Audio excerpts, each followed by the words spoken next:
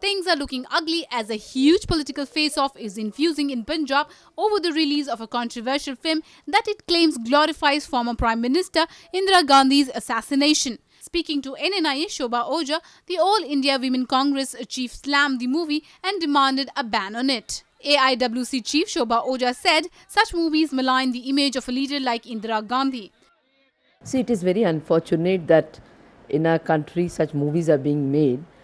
Indira Gandhi was not only a leader of the Congress, she was a leader of the country and was a leader who was internationally acknowledged, and making such movie definitely shows the dirty mindsets of people.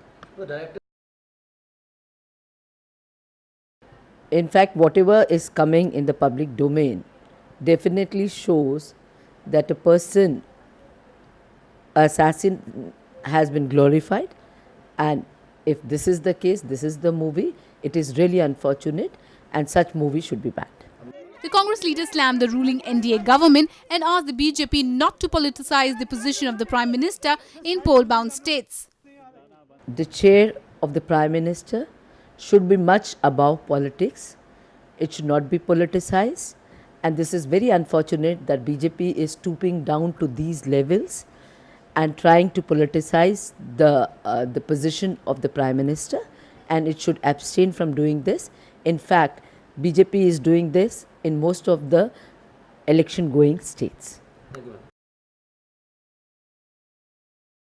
नहीं, इसमें directive देने की आवश्यकता नहीं है। हमारे जो मुख्यमंत्री हैं, हुड्डा जी हों, पृथ्वीराज चौहान हों, दूसरे हों, वो सक्षम हैं। वो खुद 10 साल से मुख्यमंत्री हैं हुड्डा जी। लोगों की आम मत से, समर्थन से हरियाणा के मुख्यमंत्री बने।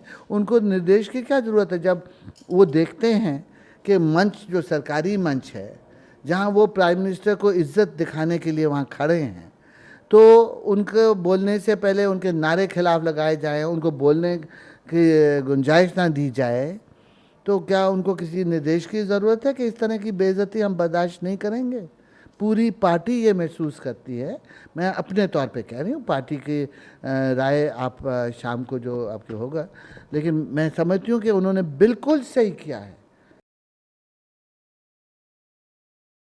चाहिए था कि प्रधानमंत्री तुरंत, जैसे हुड्डा जी ने ये बात सार्वजनिक तरीके से कही, प्रधानमंत्री को तुरंत इस बात को ऐलान करना चाहिए था कि ये बात बंद होनी चाहिए। मेरे पार्टी के लोग अगर मेरी सभाओं में आते हैं, उनको हाँ मेरे नारे लगाए, मगर दूसरे लोगों को इज्जत देनी चाहिए, तो मामला सीधा हो जाता है।